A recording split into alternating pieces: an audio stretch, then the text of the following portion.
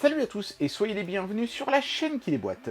Aujourd'hui, c'est pas exactement un test qu'on va faire, mais plutôt un comparatif. Et on va pas faire un comparatif entre deux produits différents, on va faire un comparatif entre deux produits identiques. Alors vous vous dites, à quoi ça va servir? A priori, il n'y aura pas de différence.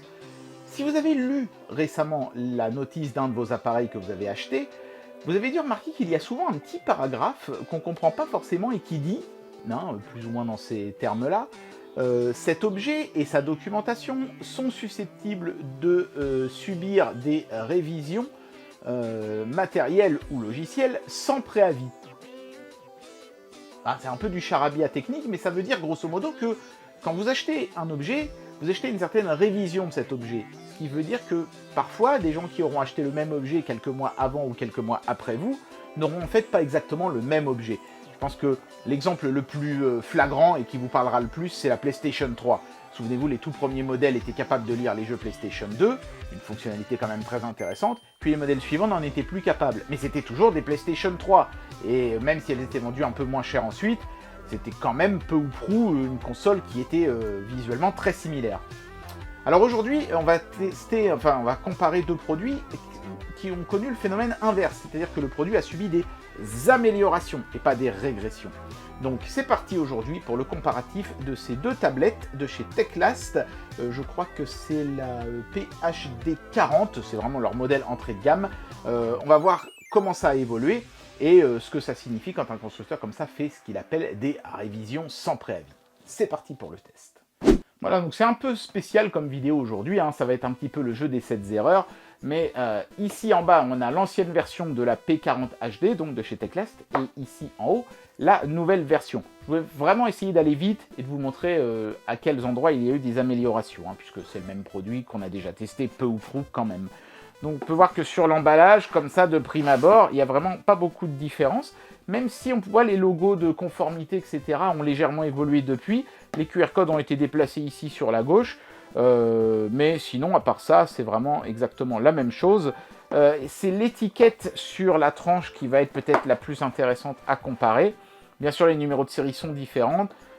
Chose étonnante, sur l'ancien produit, le descriptif était un petit peu plus complet que sur le nouveau, et la référence a changé en fait au niveau de la parenthèse ici, puisque là on est sur Europe TY et là on est sur Europe TX, voilà. Donc c'est étonnant, mais en fait on est remonté d'une lettre dans l'alphabet, alors que pourtant le produit est sorti après, voilà. Mais bon, sinon à part ça, bon bah voilà, c'est très similaire. Ok, allez, on va regarder l'intérieur de la boîte maintenant. Ici à gauche on a le nouveau modèle, ici à droite l'ancien. Donc ça se présente vraiment d'une manière très similaire, si ce n'est que vous voyez que la découpe dans le carton a changé, parce qu'en fait le module photo sur les tablettes a changé, c'est une évolution qui a eu lieu. Sinon on retrouve vraiment la même présentation avec cette découpe au centre, les câbles, alors comme celle-ci elle a déjà été ouverte, non, en général je m'efforce de tout remettre bien après, hein, mais on voit vraiment que la présentation est totalement similaire. Ici on a un petit truc qui a été rajouté, à moins que, non, il était peut-être inséré à l'intérieur sur l'ancien. Oui, voilà. Donc ça, c'est la petite carte de garantie. C'est exactement la même. Ouais, vraiment à la virgule près. Ils n'ont rien changé. Le manuel, forcément, a dû, lui, en revanche, subir quelques petites modifications parce que visuellement, le produit n'est plus exactement le même. Mais globalement, c'est la même présentation.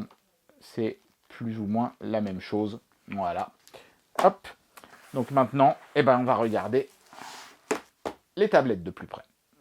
Voilà, vous voyez immédiatement que c'est celle-ci l'ancienne et celle-ci la nouvelle, puisqu'il y a encore le film de protection écran sur celle-là, que je vais essayer d'enlever tout doucement. Voilà, parfait. Et il doit y en avoir un derrière aussi, c'est ça. Hop, on va s'efforcer de mettre tout ça dans des conditions similaires. J'espère qu'il m'a envoyé les tablettes de la même couleur, ce serait bien pour le comparatif. Oui, parfait. Donc on voit qu'on est sur un châssis exactement similaire, hein, avec la même couleur, la même bande de plastique en haut. On retrouve les boutons positionnés de la même façon sur la tranche. Les haut-parleurs stéréo en dessous sont exactement au même endroit aussi. En fait, la seule chose qui a visuellement changé ici, c'est le bloc caméra. On est toujours sur un objectif seul, hein, unique, avec une LED flash, mais on avait simplement percé des trous circulaires dans l'ancien modèle, voilà, Alors que sur le nouveau modèle, ils ont fait quelque chose d'un petit peu plus contemporain, vous voyez, avec un bloc comme ça, mais ne vous y trompez pas, hein. Ça c'est la LED flash et ça c'est l'objectif. Donc on est toujours sur un simple objectif, même si le design pourrait laisser penser le reste.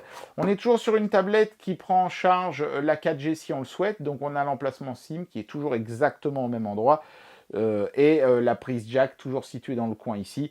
Tout est exactement pareil, hein, les branchements, la position du micro, tout a été conservé. Voilà. Bon, maintenant, on va regarder un petit benchmark, évidemment, parce que c'est ça qui compte le plus. Mais déjà, vous voyez, le bloc photo étant un petit peu plus proéminent, cette tablette-ci est un petit peu plus surélevée que celle-là sur le bureau. Enfin, c'est vraiment très minime.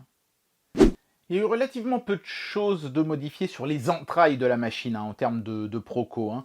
C'est vraiment sur, je pense, le choix des composants. Par exemple, vous voyez les écrans, la luminosité est légèrement meilleure à droite, hein. Peut-être que vous aurez l'impression que c'est l'inverse, ça dépend des angles de caméra, ça, mais la luminosité est légèrement meilleure sur le nouveau produit. Mais vous voyez, hein, sur les benchmarks, on est sur des valeurs qui sont très proches. Pour moi, on pourrait même dire similaires.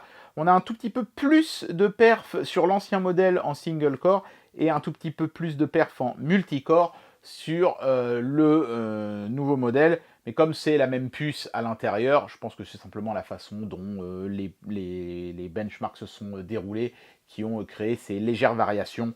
On peut dire vraiment qu'on est ex aequo en termes de perf. Bon, les tests suivants, je vais les lancer en simultané, c'est-à-dire le speed test et le GPS test. Mais j'en profite d'être sur l'écran d'accueil pour vous montrer déjà la différence de logiciel, hein, puisqu'on est sur un Android d'une version un petit peu plus récente à droite, et ça se manifeste par la barre des tâches et la barre de navigation réunies en une seule barre, alors qu'ici on a deux barres l'une sur l'autre, et quand on lance une appli, la barre du dessus disparaît complètement alors qu'elle reste visible sur l'autre tablette, ce qui est un peu plus pratique pour passer d'une application à l'autre. Donc allons-y pour le speed test. Il va y avoir des pubs, hein, malheureusement, comme là je filme en full screen. Vous allez vous taper des pubs. Voilà, ça fera plaisir aux annonceurs qui vont avoir de la pub gratuite. Donc on est monté à 200, beaucoup plus vite qu'ici où on plafonne à 25. Alors après, ça peut monter au dernier moment, donc j'attends que le test soit complètement fini. Voilà. Alors, normalement, ces tablettes devraient avoir peu ou prou les mêmes perfs, hein, en réseau, hein. Si vous voyez des performances moins bonnes à gauche, ça ne veut pas forcément dire que la tablette va moins vite, mais ça peut vouloir dire par exemple qu'elle a plus de difficulté à s'approprier la bonne fréquence Wi-Fi ou des choses comme ça. Mais vous voyez que sur le nouveau modèle, on est presque à des valeurs 10 fois plus importantes que sur l'ancien. Je répète, hein, c'est pas significatif, surtout que là, on a deux produits qui se connectent au même Wi-Fi, donc forcément, ils sont en compétition. Il y en a un qui prend toujours l'ascendant sur l'autre, c'est presque indispensable. Je pourrais faire le même test et me retrouver avec la situation inverse, peut-être, hein. Mais bon, n'empêche que sur le nouveau modèle, on a des performances qui semblent, en réseau, supérieures à l'ancien. Allez, on y va pour le GPS test, qui ne devrait pas avoir une différence majeure, hein. Mais je pense que ça doit être peu ou prou la même puce.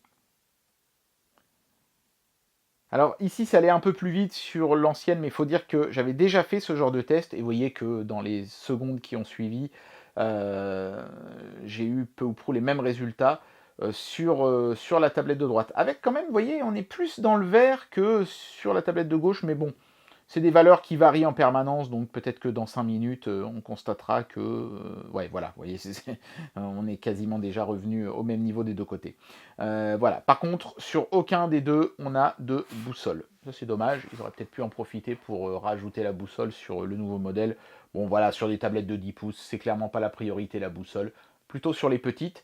Bon, voilà. C'est pas le genre de truc que vous allez utiliser souvent en mode piéton. Donc maintenant, on va attaquer, je pense, le morceau où il y a eu le plus d'évolution, c'est l'appareil photo. Ok, donc pour l'appareil photo, c'est pas compliqué, hein. J'ai fait les mêmes photos avec chacune des tablettes. Donc d'abord, une photo extérieure. Vous savez, hein, j'aime bien faire le petit test de l'antenne relais dans le fond. Et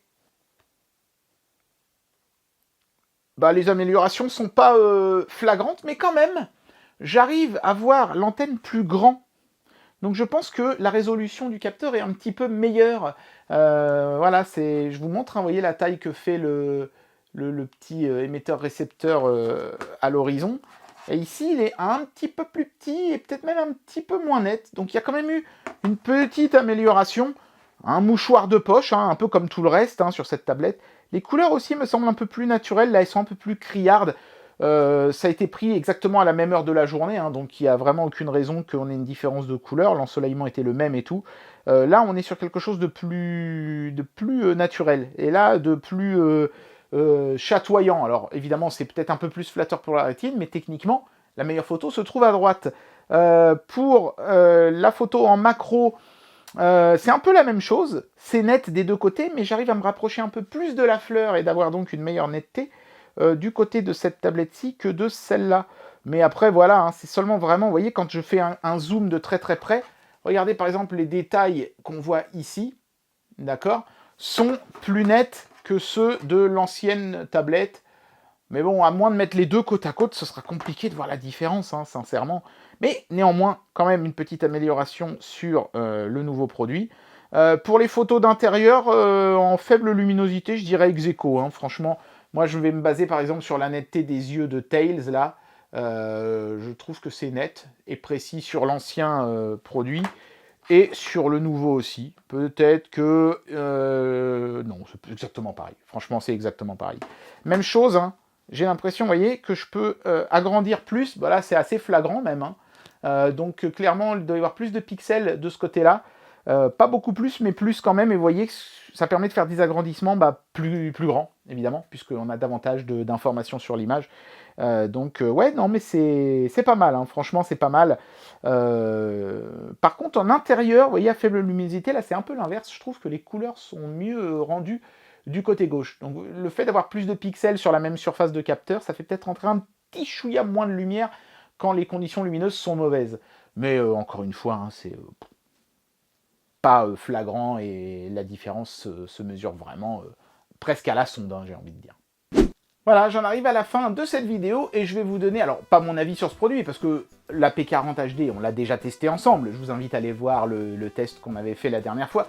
Je vous mettrai dans quelques instants à la toute fin de la vidéo, vous savez, vous avez toujours deux miniatures de une playlist et une vidéo. Et ben, la vidéo, je vous mettrai celle de la P40 HD, comme ça vous pourrez revoir la vidéo si ça vous intéresse. Mais c'était une tablette avec un excellent rapport perf-prix, parfaitement adapté aux petits usages modestes.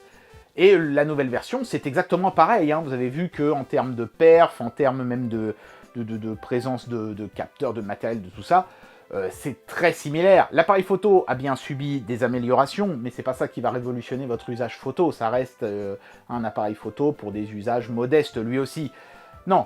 Là où il y a vraiment eu des modifications, je trouve, moi, personnellement, c'est au niveau logiciel. On voit bien, hein, toujours cette histoire de barre dans le bas de l'écran qui a complètement changé. On est sur un Android beaucoup plus moderne, beaucoup mieux adapté à l'ère du temps. Donc ça, c'est bien. Ça veut dire que le produit a évolué à ce niveau-là. Alors, pourquoi ne pas avoir fait une mise à jour software de celle-ci? Peut-être, je sais pas, ça la faisait ramer ou des choses comme ça. C'est peut-être des améliorations qui ont lieu, qu'on peut pas mesurer, ça. Hein. Mais en tout cas, le produit a évolué par petites touches, certes, mais toujours dans le bon sens. Et ça fait plaisir de voir que des fabricants, pas forcément très connus comme Techlast, sont toujours en train d'essayer d'améliorer leurs produits et de proposer des meilleures versions. Du coup, quand vous passez à la caisse, faites attention de vous renseigner et de bien regarder les photos du site marchand, pour vous retrouver avec la version la plus récente possible. Même si, bon, ce ne sera pas dramatique dans le cas présent, mais quand même, ce serait mieux, évidemment, d'avoir la nouvelle version. Si vous l'achetez chez Techlast, je vous mettrai un lien dans la description de cette vidéo, eux, vous êtes à peu près sûr qu'ils vous enverront le modèle le plus récent. Et dans le pire des cas, vous pouvez tout simplement leur mettre une petite note dans votre commande en disant « Attention, moi je veux le modèle avec le capteur photo récent, etc. » Mais bon, a priori, le fabricant a tout intérêt de vous envoyer son modèle le plus récent et le mieux fini. Ça paraît évident. Voilà.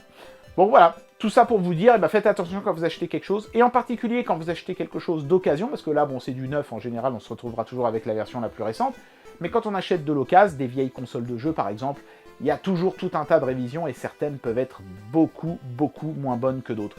La Wii par exemple, les versions les plus récentes ne savent même pas lire les jeux GameCube, c'est quand même dommage, parce que c'est une fonctionnalité appréciable de la console. On avait parlé de la PS3 en intro, on peut parler de la Wii en sortie, c'est exactement la même problématique. Voilà.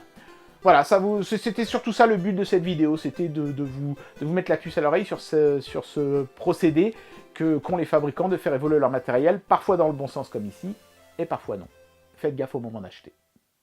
Et bien voilà, c'était le test, enfin le comparatif de ces deux objets exactement similaires de chez Techlast.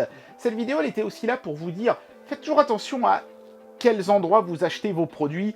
Faites toujours plutôt appel à des sites de confiance. Ça vous évitera de vous faire refourguer du vieux stock qui parfois peut avoir moins de fonctions. Mais au contraire, parfois, renseignez-vous bien sur le fait que quand vous achetez du nouveau stock, vous ne vous fassiez pas avoir avec un produit qui aurait perdu en fonctionnalité.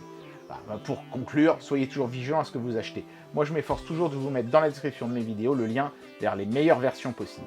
J'espère que cette vidéo vous aura plu, et moi je vous dis à très bientôt pour un prochain test. Allez, ciao!